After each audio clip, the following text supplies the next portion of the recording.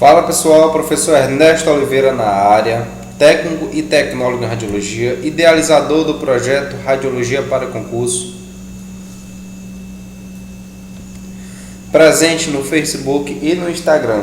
E hoje nós vamos resolver e comentar a prova da IBFC do ano 2016 para o cargo de técnico e tecnólogo. Uma prova muito bem elaborada, bem distribuída, e que nós vamos ver aqui neste slide a temática de cada questão que a banca trouxe nessa prova de 2016. Nós percebemos aqui um estudo do perfil dessa banca, onde ela gosta de cobrar bastante portaria 453 e ela também flutua muito na tomografia computadorizada. Porém, ela não deixa de lado os demais assuntos da radiologia.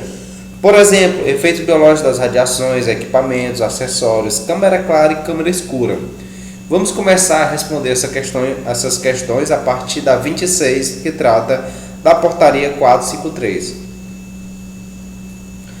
A portaria 453 estabeleceu as diretrizes básicas de proteção radiológica e, considerando os princípios da radioproteção, é correto afirmar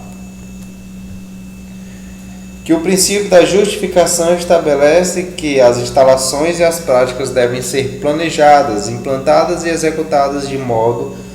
Pessoal, aqui a letra A ela já começa errada porque o princípio da justificação ela não estabelece ela não fala sobre as instalações, que essas instalações têm que ser planejadas, que tudo tem que ser executado de forma a minimizar as doses individuais. Não, o princípio da justificação ela não trata sobre isso. Esse princípio descrito nessa classificação aqui nessa letra é o princípio da otimização, não é o princípio da justificação. Vamos ver a letra B. A letra B vai falar o seguinte: a limitação de dose individual é o princípio básico de proteção radiológica que estabelece que nenhuma prática ou fonte adscrita a uma prática deve ser autorizada a menos que produza suficiente benefício. Está errado também que o princípio da limitação de dose não é esse. O princípio descrito aqui nessa alternativa é justamente o princípio da justificação da dose e não o da limitação. Letra C. A justificação é o princípio básico de proteção radiológica que estabelece que nenhuma prática ou fonte adscrita a uma prática deve ser autorizada a menos que produza suficiente benefício. Bom, aqui sim nós temos o gabarito da questão, onde classifica bem o princípio da justificação. Nenhuma prática ela deve ser utilizada sem que ela produza benefício suficiente tanto para o indivíduo como para a sociedade. Vamos ver por que a letra D e a letra E estão erradas. A letra D vai dizer que o princípio da otimização ela tem a ver com projetos e operações. E a letra E tem dizer que o princípio da justificação também tem a ver com projetos e operações.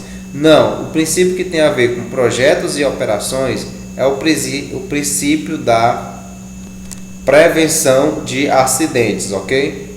Vamos para a próxima questão de número 27, que é a portaria 453, no capítulo que cuida dos requisitos operacionais, considerando os registros dos equipamentos de raio-x diagnóstico, é correto afirmar que todo tipo ou modelo de equipamentos de raio-x diagnósticos, componentes, aí ele fala aqui todos os componentes e acessórios de proteção radiológica em radiodiagnóstico pode ser comercializado sem possuir o registro do Ministério da Saúde.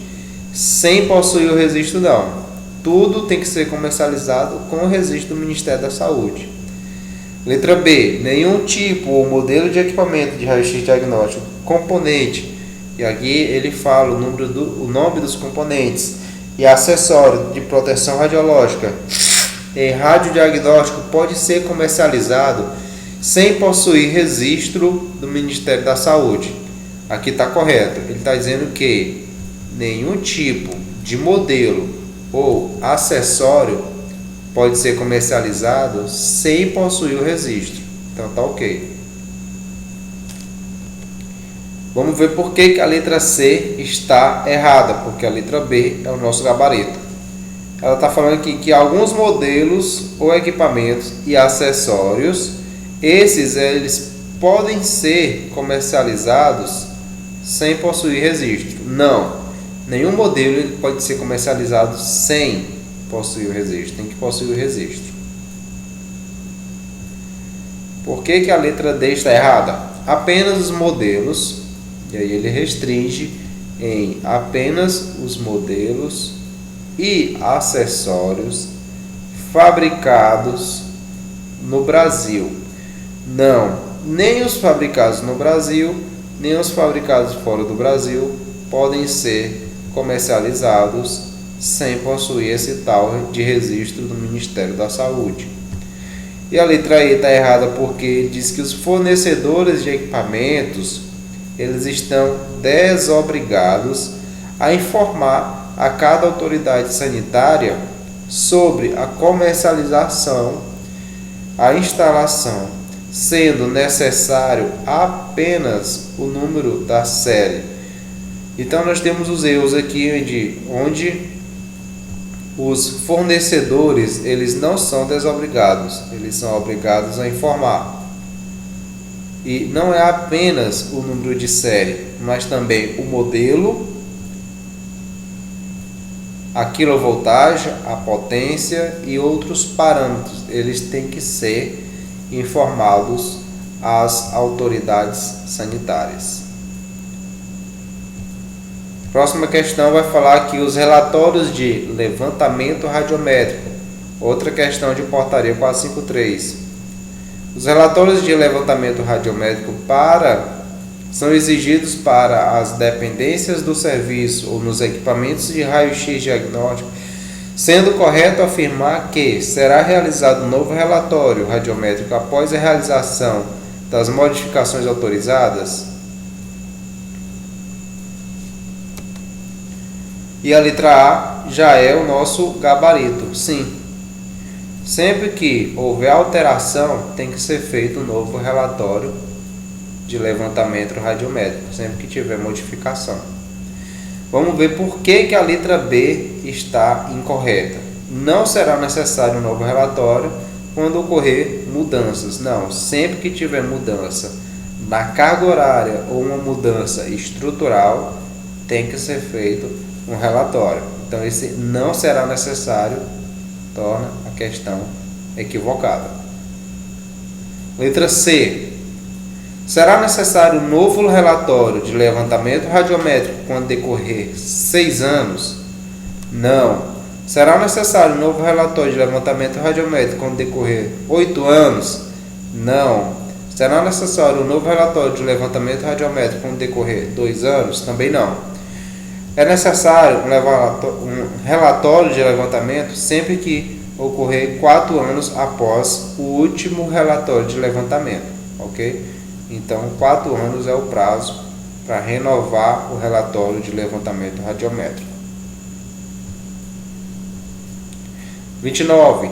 A elaboração e atualização do memorial descritivo de proteção radiológica, a verificação das instalações se estão de acordo com todos os requisitos da portaria com a artigo 3, a certificação da segurança das instalações durante o planejamento, construção ou modificação. É correto afirmar que é uma responsabilidade, ou seja, aqui eu estou falando do memorial descritivo. É uma responsabilidade de quem? Da Vigilância Sanitária Estadual, Municipal, do técnico em radiologia do serviço, do administrador da clínica ou do SPR, Supervisor de Proteção Radiológica. Pessoal, tudo isso daqui, a certificação, as instalações, o planejamento, a modificação, a construção isso aqui tudo é de responsabilidade da certificação e o planejamento ou das instalações, mas de alimentar o memorial descritivo com essas informações: a certificação, o planejamento, as instalações, qualquer tipo de construção, qualquer modificação tem que ser alimentado o memorial descritivo, que é um documento. E a pessoa responsável por alimentar o memorial descritivo do setor vai ser nada mais, nada menos do que uma autoridade chamada SPR, ou seja, Supervisor de Proteção Radiológica. Próxima questão. Para responder pela função de responsável técnico, nós temos aqui uma outra autoridade que a portaria 453 trata.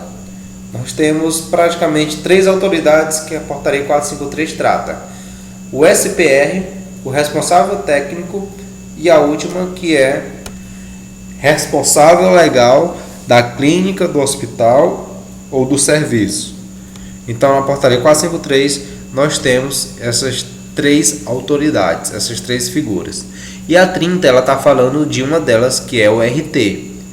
É correto afirmar que o RT tem que possuir autorização junto à vigilância sanitária? Não, o RT não precisa de autorização. Ele não precisa de autorização para poder atuar. O que ele precisa? E aí nós temos o gabarito aqui na letra B.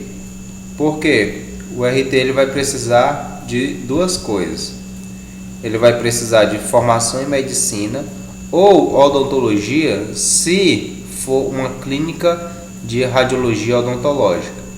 Certificação e qualificação para a prática emitido por órgão de reconhecida competência ou colegiado de profissional, cuja o sistema de certificação, e aí detalhe para isso, avalie também o conhecimento necessário em física de radiodiagnóstico. Pessoal, ele não precisa ter um curso de física, e sim o sistema de certificação tem que ter o conhecimento em física em radiodiagnóstico. Ou seja, dentro da certificação dele tem que ter matérias referentes à física de radiodiagnóstico. Completando, incluindo proteção radiológica, e esteja homologado no Ministério da Saúde para tal fim. Letra B é o nosso gabarito. Vamos ver por que as outras alternativas estão erradas.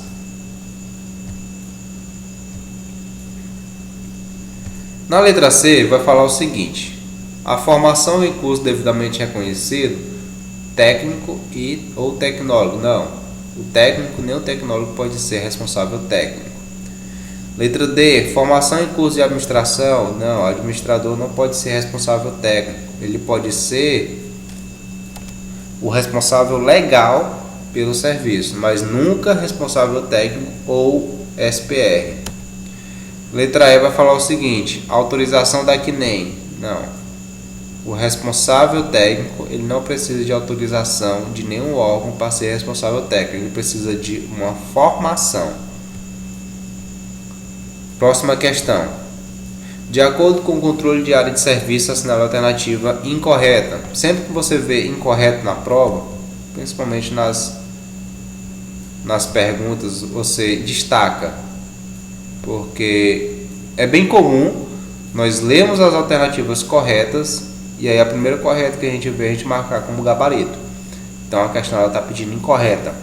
Letra A. Os ambientes do serviço devem ser delimitados e classificados em áreas livres ou áreas controladas, segundo as características das atividades desenvolvidas em cada ambiente.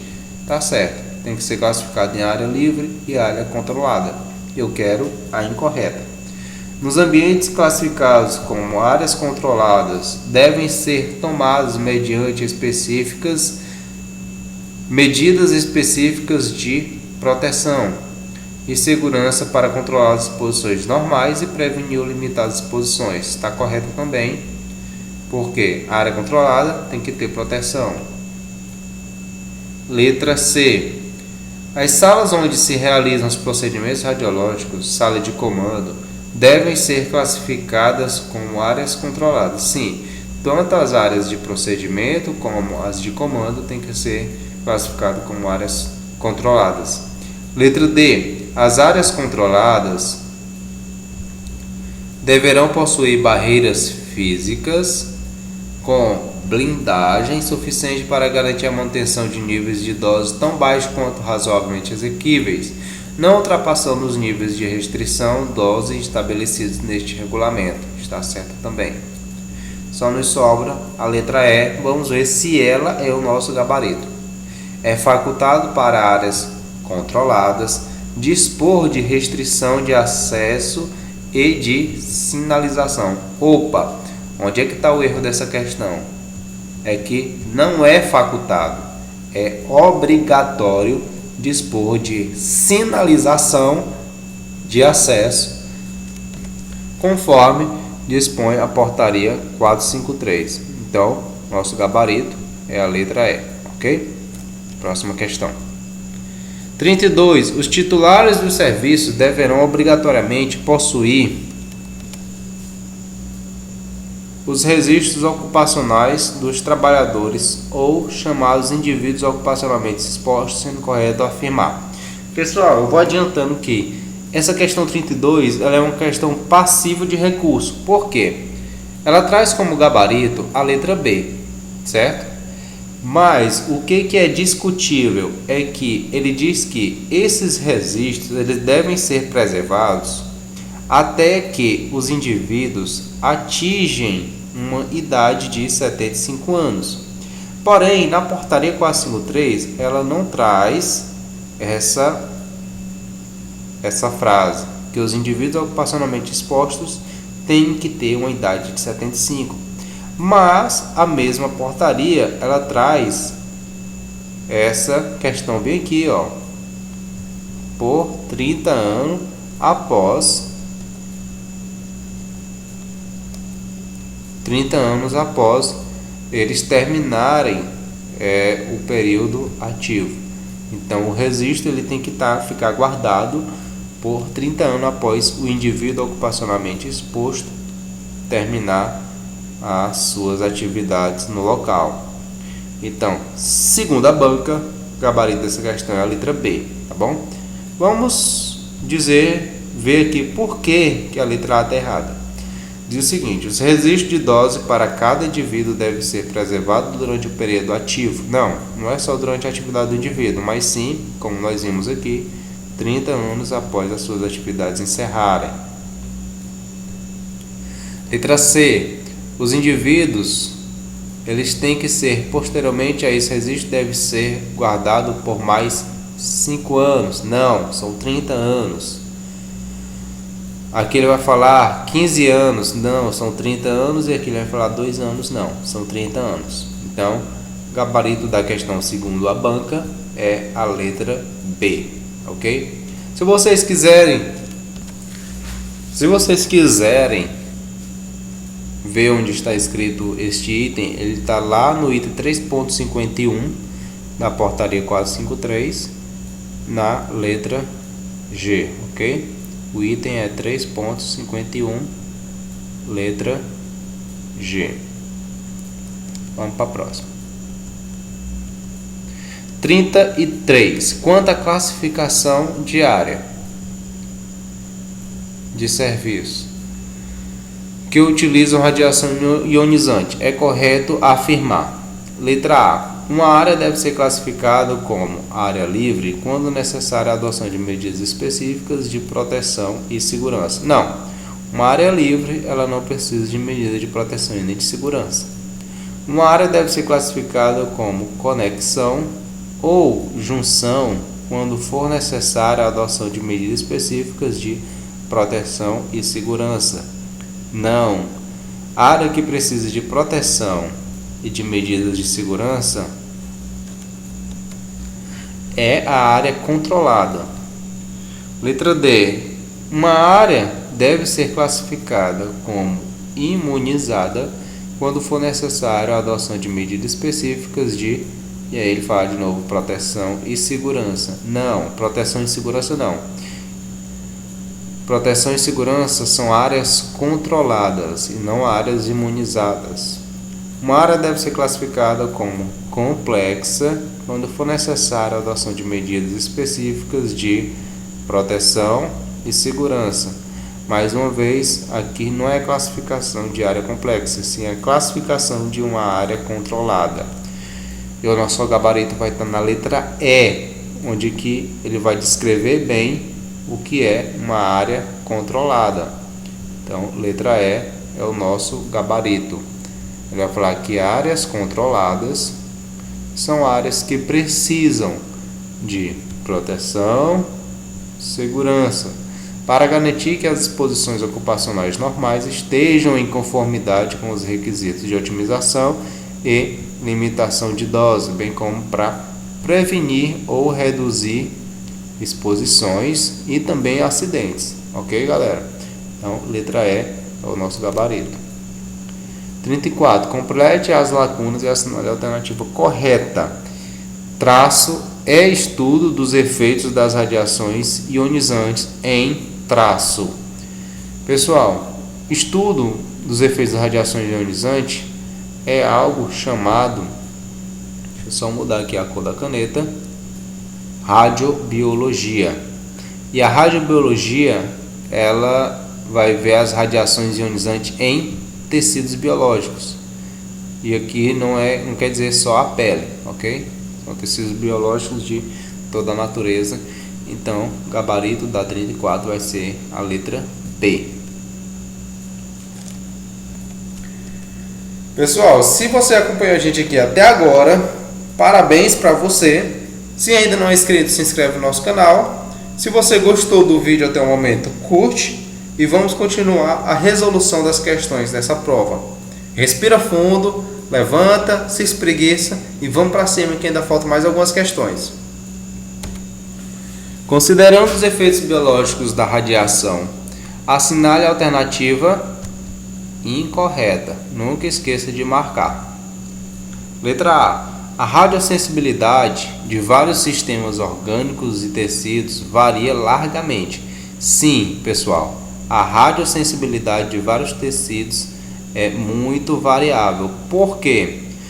Porque existe uma diferença de atenuação da radiação do tecido hematopoético, por exemplo, ao tecido do sistema nervoso central.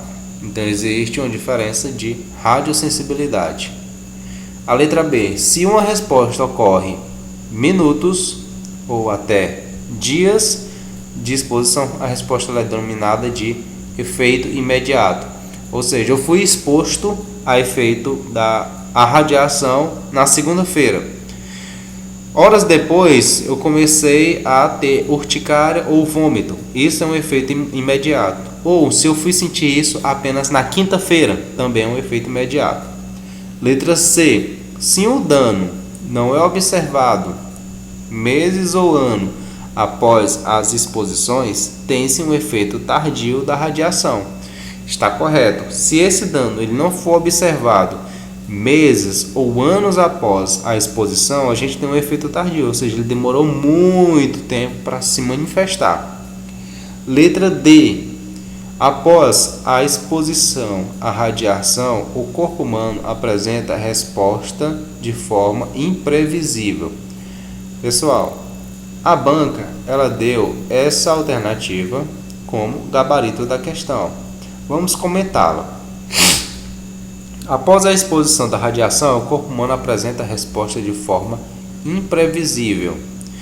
Eu creio que o raciocínio do elaborador dessa questão, ele quer dizer que após a exposição da radiação ao corpo humano, nós temos essa resposta, hoje em dia, com o avanço da tecnologia, com o avanço dos estudos científicos, de forma previsível.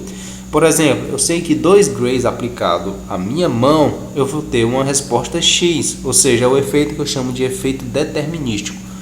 Eu creio que a abordagem do elaborador nessa questão 36 foi voltado para este raciocínio, ok? Então, a exposição da radiação do corpo humano, hoje em dia, ela tem uma resposta previsível, ok? E o que torna a alternativa errada é que ele diz que o efeito é imprevisível. E letra E fala que os linfócitos são células de maior radiosensibilidade que as outras, corrobora com aquilo que a gente falou na letra A sobre a radiosensibilidade de células e de conjuntos, ok? A 37 ela vai dizer que a medida utilizada como método para expressar a qualidade da radiação em determinado fator, ponderação da radiação em radioproteção, sendo também a medida da rapidez na qual a energia é transferida da radiação ionizante para um tecido mole, é correto afirmar que se trata da definição de... Gente, se você não sabe essa questão, dava para fazer ela por analogia. No próprio enunciado, eu estou falando de transferência de energia. E aí eu venho para as alternativas. Qual das alternativas está me referindo à transferência de energia?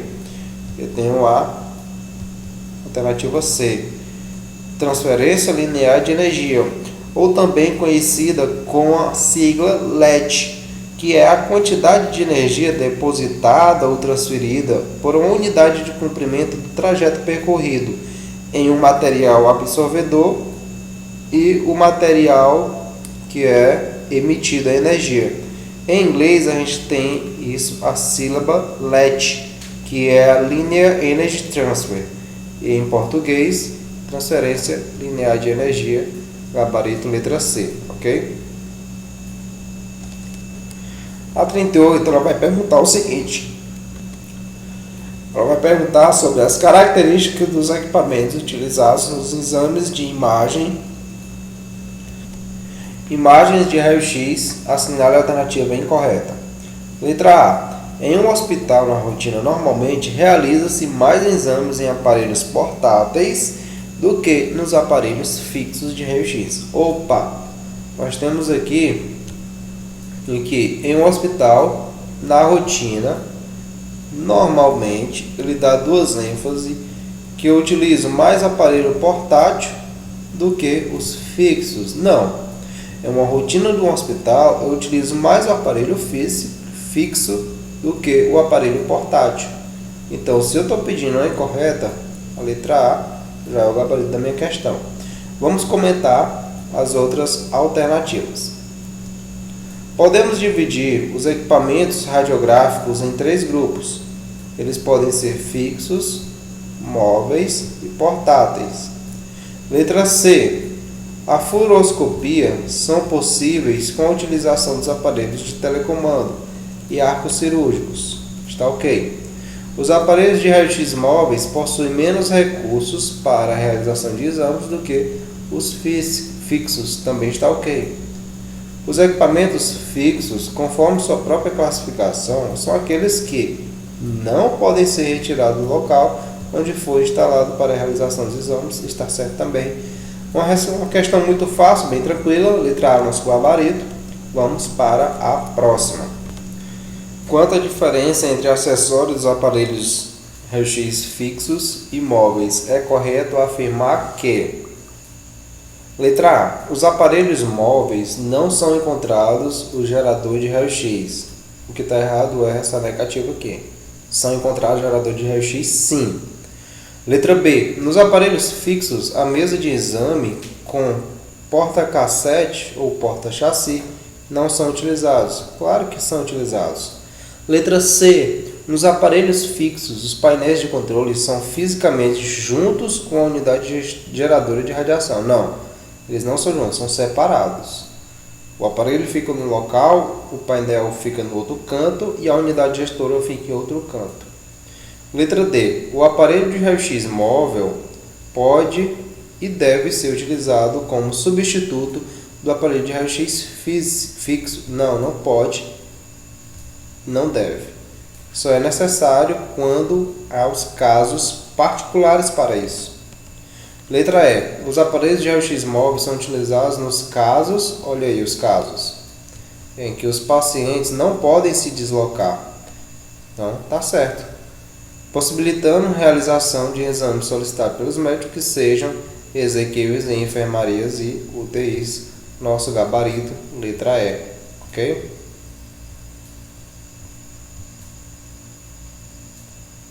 Próxima. Faz parte da composição dos filmes radiográficos consistentes em uma camada de gelatina de cor transparente com espessura muito fina, que é aderida à superfície de emulsão fotográfica, que tem como função a proteção da emulsão fotográfica. É correto afirmar que se trata... Bom, pessoal, essa camada de gelatina transparente que ele fala na questão tem a função única e exclusivamente da camada protetora do filme. É essa camada de gelatina transparente.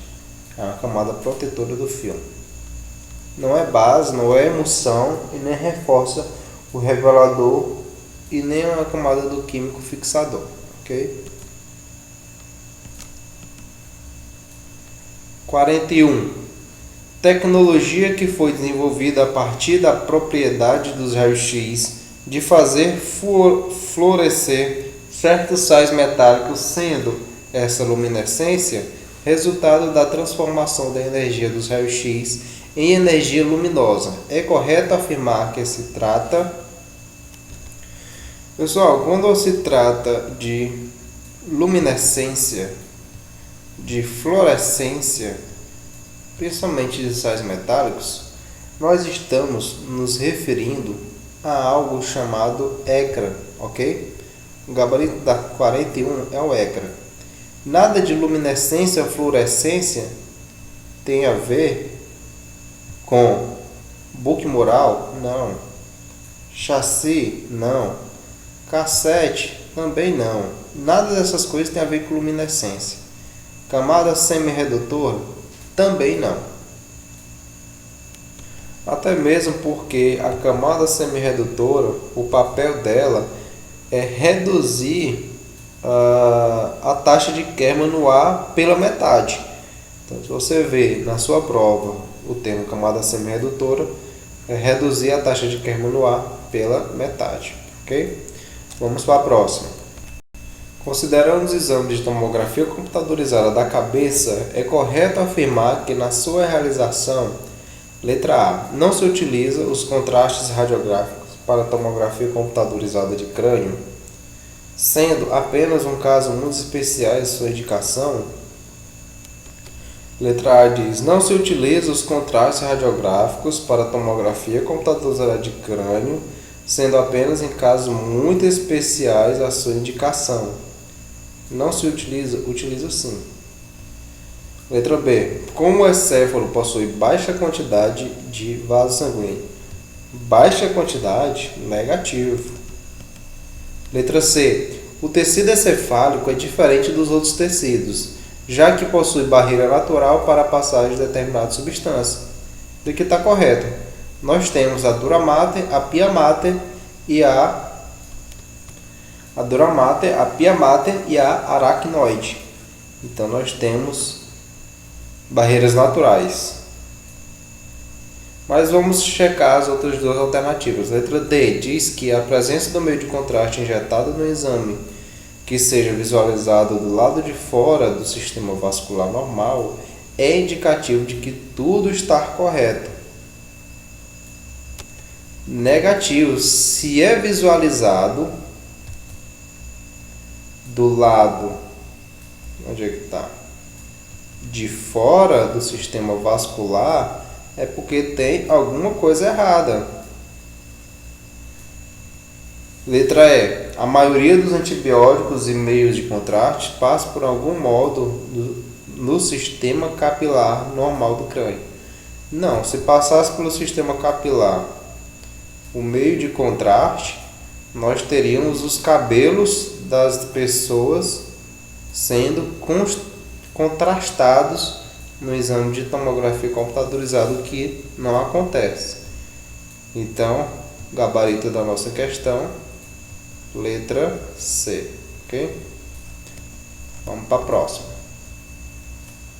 Os exames de tomografia computadorizada possuem variáveis que serão determinadas e executadas de acordo com a solicitação médica e protocolo a ser seguido, sendo correto afirmar quanto à posição do paciente que o sentido crânio-caudal, e a pergunta dele se resume apenas à posição. Letra A. Deve ser colocado o paciente com os pés próximos ao gantry. Pessoal, a posição crânio-caudal quer dizer literalmente crânio na frente. O crânio vai e depois vai o que a gente chama de cauda ou podálico, primeiro, depois os pés. Então não deve ser colocado os pés próximos ao gantry, porque no caso não seria crânio caudal, e sim podálico. Então a letra A não é o gabarito. Letra B. Deverá ser colocado o paciente com os pés unidos próximo à mesa de comando. Não. Tá aquele insistindo na ideia dos pés. Vamos ver aqui a próxima. Letra C diz o seguinte: deverá ser colocado o paciente com a cabeça próxima ao aparelho gantry. Sim. Então, no caso, a letra C ela descreve a posição crânio-caudal aqui do enunciado da questão, ok? Que é a cabeça próximo ao gantry. Gabarito da questão, letra C.